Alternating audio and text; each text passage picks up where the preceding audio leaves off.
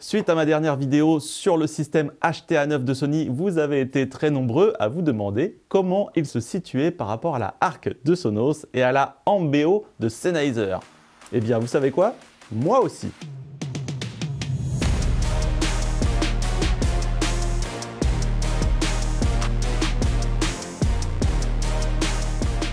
Bonjour à tous, c'est Benji, bienvenue sur la Cobra TV. Aujourd'hui, vidéo un petit peu spéciale. Je vous explique, j'ai reçu de la part de Sennheiser les écouteurs Ambeo Smart Headset.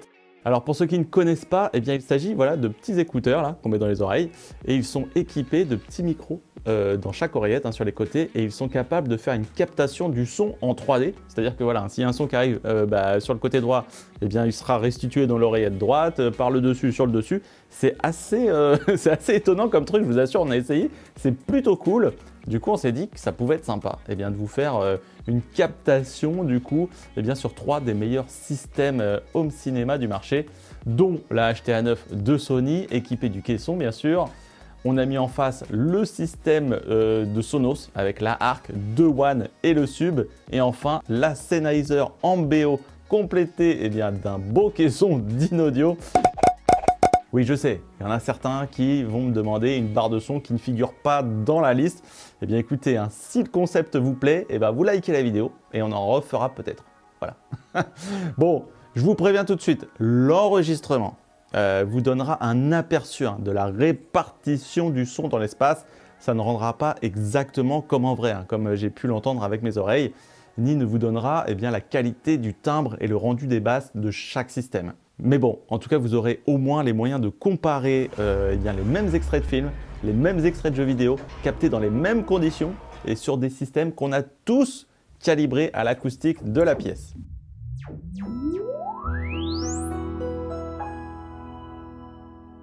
Comment écouter les extraits qui vont suivre? Eh bien, vous devez écouter au casque. Voilà, donc il n'y a pas besoin d'un casque dernier cri qui reproduit des effets 3D.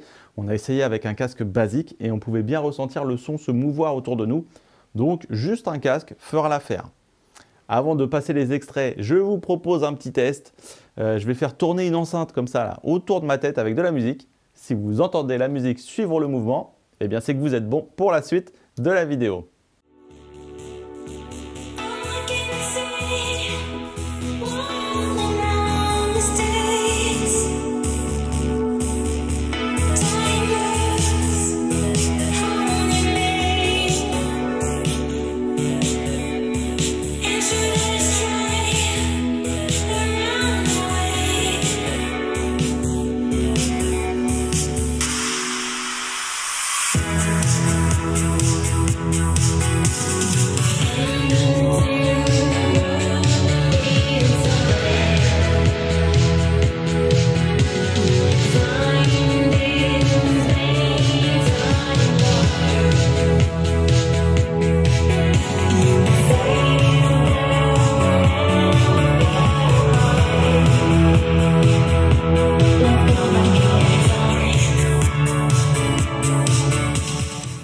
Ça a marché? Très bien, parfait. Non? Pour certains, peut-être un petit peu moins. Bon, dans ce cas, je vous invite quand même à regarder la suite de la vidéo. On a quand même fait pas mal de captations d'extraits. Et puis, on se retrouve après avec un petit débrief sur différentes caractéristiques ainsi que les courbes mesurées par DxOMark. Pour les démos, je vous ai sélectionné quelques extraits de films mixés en Atmos et un passage du jeu vidéo Demon's Souls sur PS5 dans lequel on est poursuivi là, par un dragon. Je peux vous dire qu'on l'entend arriver de loin le coco.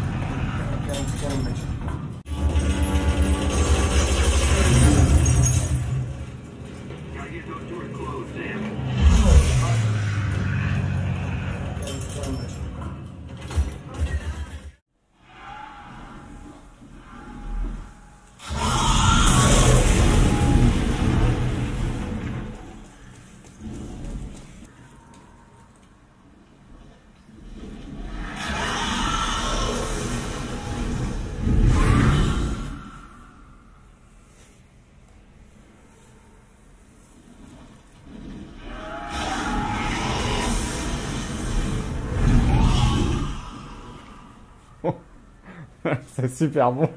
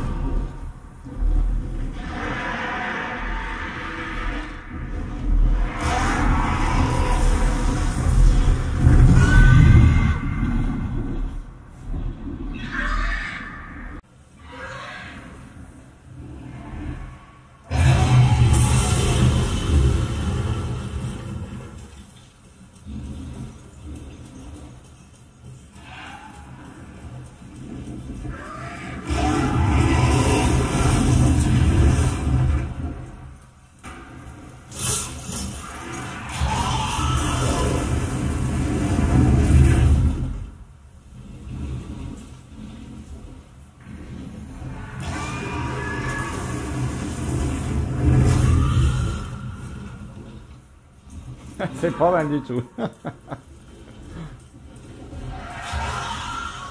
Allez, petit bilan perso les gars, c'est un truc de fou. Ouais, en fait, chaque système a un terrain à défendre et je vous jure, c'est dingue. C'est vraiment pas pour faire plaisir à tout le monde. Bon, écoutez, pour vous faire ça bien, je vous ai fait des petits graphiques sur différents critères. Allez, on commence. Pour la scène frontale, eh bien écoutez, je place en numéro 1 Sonos. Pour le traitement des voix, je trouve que Sonos est au-dessus de ses concurrents. Ensuite vient Sennheiser qui suit de près, qui s'en sort vraiment pas mal. Et puis Sony qui offre un bon rendu malgré le canal central virtuel. Après bien sûr, si on possède un OLED 2021 de la marque, il peut jouer du coup le rôle de la voix centrale et là, c'est une autre histoire. En ce qui concerne les surrounds, eh bien, la loi de la physique l'emporte et je place du coup Sony en numéro 1 avec son système la 360 qui fait vraiment bien le boulot pour l'arrière et les côtés. Ensuite, on vient Sonos qui n'est pas en reste et qui offre aussi de très bonnes sensations. Et enfin, même si je place Sennheiser en 3e position, je lui accorde une mention spéciale parce qu'avec seulement un élément en façade, eh bien, le truc il arrive quand même à vous chatouiller l'arrière des oreilles. Je trouve ça assez dingue comme truc.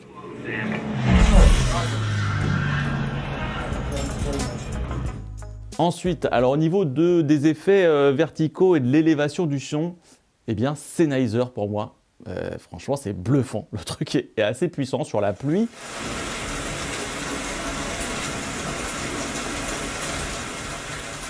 C'est vraiment surprenant, pareil, les avions qui passent au-dessus, bah ouais, c'est Sennheiser qui l'emporte. Ensuite vient Sony, on ressent des petites choses qui montent. Et enfin Sonos, qui pour moi, de ce côté-là, eh bien, est un peu en retrait. Alors en ce qui concerne le timbre, eh bien, je place Sonos en première position, suivi de Sennheiser, puis de Sony. C'est vrai qu'en examinant les courbes de réponse en fréquence réalisées par DxOMark, eh bien, Sonos reste le plus neutre, assez plat. Par contre, il y a un petit creux dans les basses, là où la Ambeo reste la meilleure élève. Et Sony se place un petit peu en dessous. Ça reste quand même très correct.